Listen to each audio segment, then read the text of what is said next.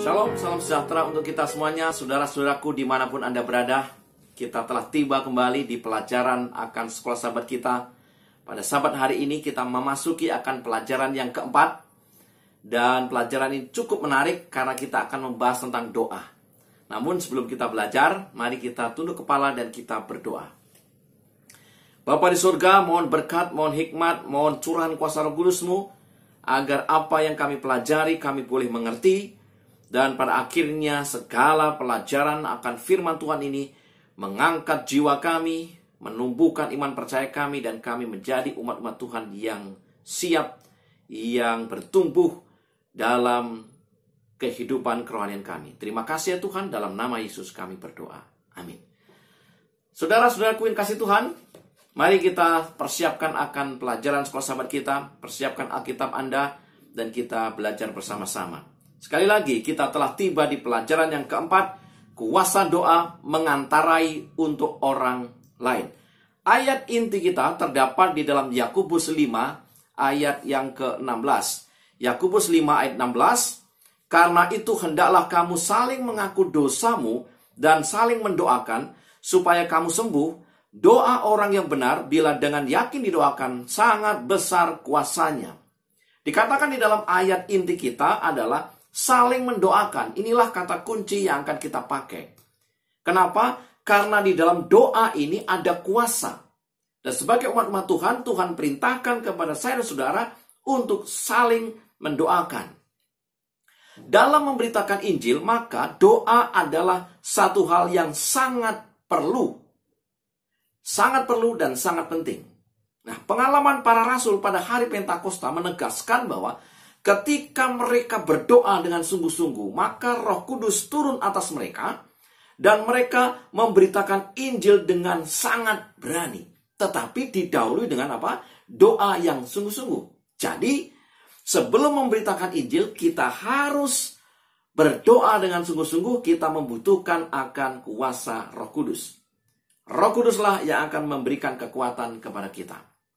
Nah, di dalam pelajaran hari Minggu, disebutkan di sana konflik kosmos. Apa yang disebut dengan konflik kosmos?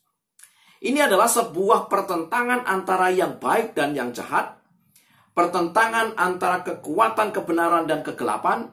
Antara Kristus dan iblis atau setan. Saudara bisa membacanya di dalam kisah yang lengkap di Alkitab. Di dalam Wahyu 12 ayat 7 sampai dengan 9. Kemudian Efesus 6 ayat 12. Demikian juga di dalam 2 Korintus 10 ayat yang keempat. Nah, saudara kalian, semua manusia berada pada konflik tersebut dan kita harus membuat keputusan di mana posisi yang akan kita pilih. Nah, salah satu hukum yang tetap di alam semesta ini yaitu adalah Allah telah memberikan kepada setiap orang kebebasan memilih. Sebagaimana Allah memberikan kebebasan memilih pada Adam dan Hawa, Allah juga berikan kebebasan memilih kepada saya dan saudara. Nah, semua pasukan setan tidak dapat memaksa kita untuk berbuat dosa. Dan semua malaikat surga juga tidak dapat memaksa kita untuk berbuat benar. Setan tidak bisa memaksa kita untuk berbuat dosa. Sebaliknya, malaikat-malaikat juga tidak bisa memaksa kita untuk berbuat benar. Apa artinya? Allah dengan sukarela membatasi dirinya dengan segala pilihan-pilihan kita. Dia tidak menggunakan paksaan untuk memotivasi kita di dalam melayani Dia. Allah tetap bekerja dengan caranya. Ada dua cara yang saya mau sampaikan. Yang pertama, Allah mengirimkan Roh Kudus-Nya untuk menginsapkan pria dan wanita, saya dan saudara, akan kebenaran ilahi. Di dalam Yohanes 16 ayat 7 sampai 8. Dan yang kedua, Allah mengatur segala sesuatu dalam kehidupan manusia untuk menuntun mereka kepadanya. Pertanyaannya adalah, mengapa di dalam konflik kosmos ini, konflik yang besar, pertentangan antara kebenaran dan kegelapan ini, doa-doa kita menjadi bagian yang penting untuk kita layangkan? Yang pertama, bahwa doa-doa kita dapat melepaskan kuasa Tuhan yang dahsyat. Doa-doa kita membuat perbedaan. ketika kita berdoa untuk seseorang, hal itu membuka hati kita kepada pengaruh ilahi.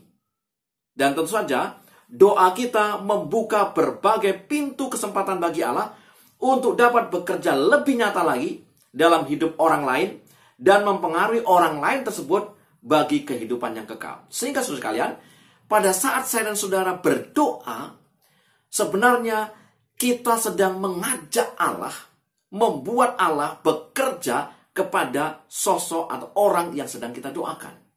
Luar biasa, doa ini membuat perbedaan. Dalam satu kutipan pena inspirasi, hamba Tuhan Ellen G. White, Alfa dan Omega jilid 8 halaman 552 dikatakan demikian.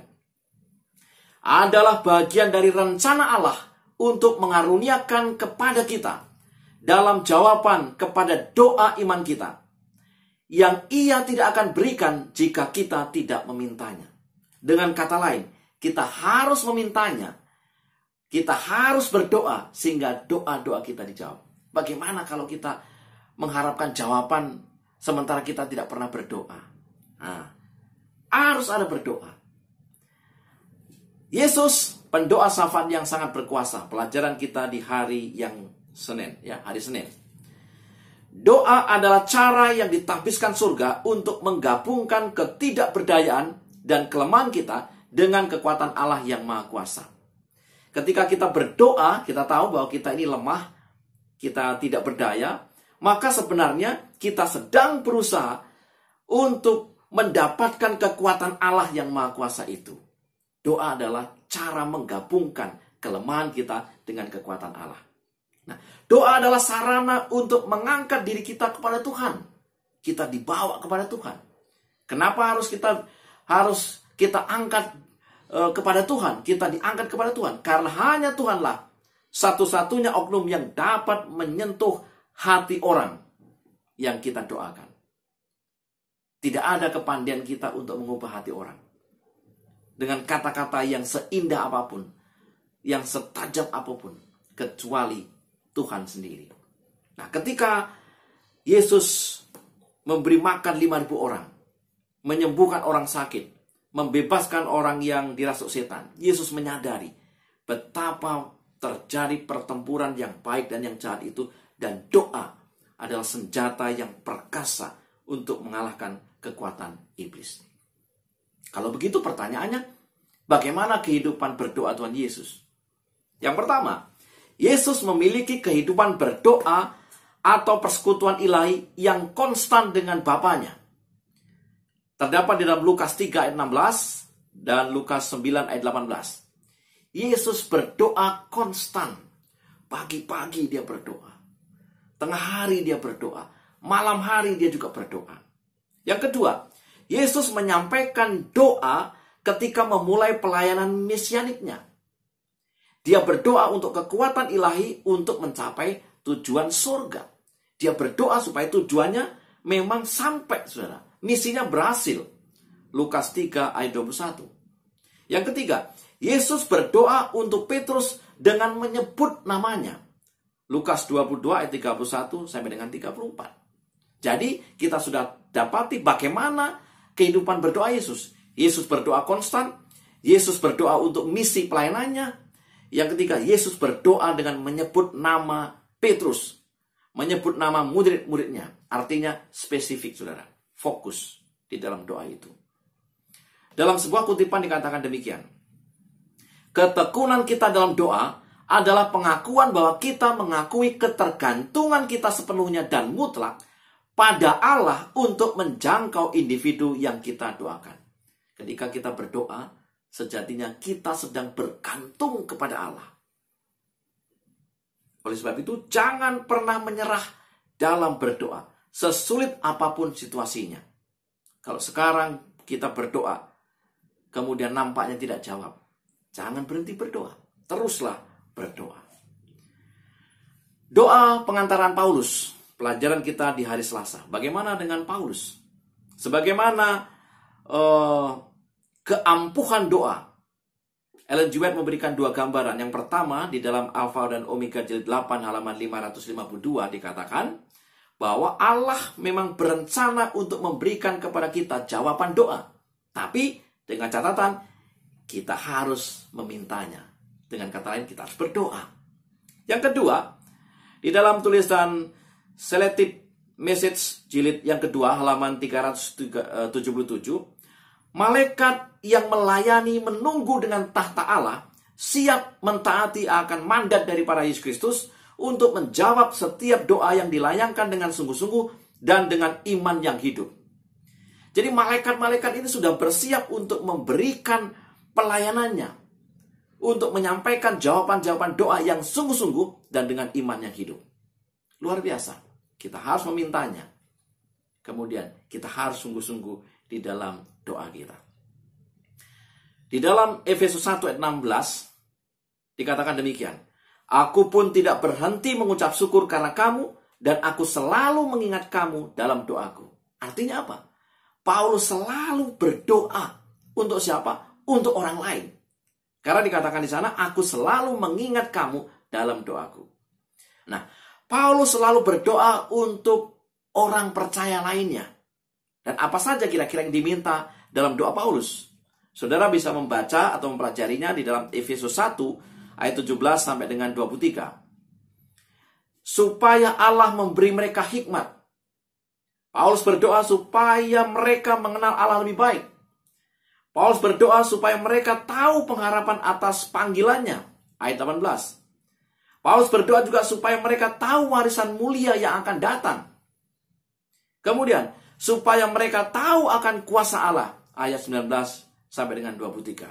Efesus 1 ayat 17 sampai dengan 23. Paulus berdoa dalam banyak hal. Memohon kebijaksanaan. Mengenal Allah yang lebih baik. Mengetahui akan pengharapan akan panggilannya. Kemudian mengetahui akan warisan yang mulia. Mengetahui bahwa Allah itu maha kuasa. Dan itulah doa-doa daripada Paulus. Untuk siapa? Untuk umat-umat percaya lainnya. Paulus juga selalu mengucapkan terima kasih atas pertumbuhan rohani saudara-saudaranya. Sebagaimana dalam doanya dalam Filipi 1 ayat 3 sampai dengan 11. Dia berdoa agar mereka melanjutkan kemajuan mereka dalam iman. Kita hendaknya berdoa bagi saudara-saudara kita seperti yang Paulus lakukan. Sehingga mereka dapat dikuatkan dan didorong dalam perjalanan Kristen mereka. Kita perlu berdoa untuk saudara-saudara kita. Sebagaimana ayat inti kita, kita saling mengaku dosa kita dan saling mendoakan. Itulah salah satu tugas yang sangat penting yang perlu kita lakukan. Kemudian, pelajaran hari Rabu. Kekuatan yang tidak terlihat di tempat kerja. Saudara-saudaraku yang kasih Tuhan, Daniel berpuasa dan berdoa selama 3 pekan, 21 hari. Dia sungguh-sungguh menjadi pendoa syafaat bagi rakyatnya, bagi pemulihan Yerusalem. Saudara bisa baca kisah ini secara lengkap di Daniel pasal yang ke-10. Nah, kira-kira apa yang mendorong Daniel untuk berdoa syafaat bagi Israel? Ada kisah yang menarik di sana. Yang pertama, Nabi Yeremia telah menubuatkan tentang orang-orang Yahudi atau orang-orang Israel yang ditawan di Babel selama 70 tahun. Kemudian, ketika Daniel dibawa ke Babel, ia masih muda, kini ia sudah tua. Nah, di akhir kehidupannya, periode nubuatan penawanan Yahudi akan segera berakhir. Daniel khawatir karena melihat sedikit bukti pemenuhan nubuatan Yeremia. Nampaknya ini sudah mau berakhir akan nubuatan kitab Yeremia ini, melalui Nabi Yeremia ini. Tapi sepertinya tidak nampak ini kita akan bebas nih. Sehingga apa? Yang ketiga, Babel telah dikalahkan oleh Media dan Persia, tetapi orang-orang Yahudi atau orang-orang Israel masih tetap dalam perbudakan. Sehingga Daniel berdoa. Saudara-saudaraku yang kasih Tuhan, bagaimana doa Daniel didengar? Dan apakah yang sementara menghalangi kegenapan akan nubuatan Yeremia? Sepertinya ini sudah masa akhir daripada nubuatan 70 tahun, tetapi kok tidak ada tanda-tanda yang pasti. Tetapi, jangan lupa, Tuhan mendengar akan doa Daniel. Pada akhir 3 pekan doa dan puasa Daniel, seorang malaikat menampakkan diri kepada Daniel untuk memberikan jawaban atas doanya. 3 pekan, saudara, 21 hari berdoa. Di akhir 3 pekan itu, malaikat Tuhan datang kepada Daniel, memberitahukan kepada Daniel apa yang sedang terjadi. Yang kedua, pemimpin kerajaan orang Persia yang adalah kekaisaran Persia mewakili akan iblis. Yesus menyebutnya sebagai pangeran dunia atau penguasa dunia. Iblis ini adalah pangeran dunia atau penguasa dunia ini. Saudara bisa temukan di dalam Yohanes 12 ayat 31, Yohanes 14 ayat 30. Nah, iblis ini berusaha untuk menghalangi rencana Tuhan bagi umatnya. Sebenarnya sudah dinubuatkan akan 70 tahun. Tetapi ada usaha-usaha daripada iblis ini untuk menghalangi akan nubuatan ini. Supaya tidak terdengar, supaya bangsa Israel tidak bebas. Tetapi Tuhan mengirimkan jawaban doa kepada Daniel. Mikael yang menggambarkan Yesus sebagai panglima semua malaikat datang dan berhadapan langsung dengan iblis untuk mematahkan kekuatan iblis. Saudara-saudaraku yang dikasihi Tuhan, Lucifer dan malaikat-malaikatnya terus bekerja untuk menggagalkan rencana Allah bagi umatnya. Ia bekerja pada diri setiap manusia untuk menolak dan meninggalkan kebenaran. Namun Allah dan malaikat-malaikatnya juga bekerja tanpa lelah untuk meyakinkan setiap orang akan kebenaran. Setiap orang harus membuat pilihan dan keputusan di pihak mana ia berdiri. Salah satu kutipan yang sangat luar biasa kita temukan di pelajaran hari Rabu. Demikian. Meskipun kita tidak melihat Allah, tetapi Yesus sedang bekerja untuk menjawab doa-doa syafaat kita. Dia adalah juru selamat yang perkasa. Tidak satupun doa kita yang luput dari perhatiannya. Sangat luar biasa. Tidak ada doa-doa kita yang tidak diperhatikan oleh Allah. Apalagi dikatakan, kalau doa itu dengan sungguh-sungguh, maka semakin besar doa kita akan dijawab. Oleh sebab itu, di hari Kamis dikatakan, kita harus fokus di dalam doa.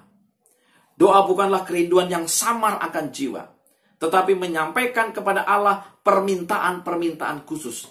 Fokus, saudara. Khusus. Bagaimana caranya? Ketika Yesus berdoa secara khusus untuk murid-muridnya, ia menyebut nama murid-muridnya di dalam doanya. Ketika Paulus berdoa bagi jemaatnya, satu contoh, dia berdoa bagi jemaat Kolose, Efesus, Filipi, ia menyebut akan nama-nama jemaat itu. Demikian juga Paulus menyebut nama-nama daripada rekan kerjanya.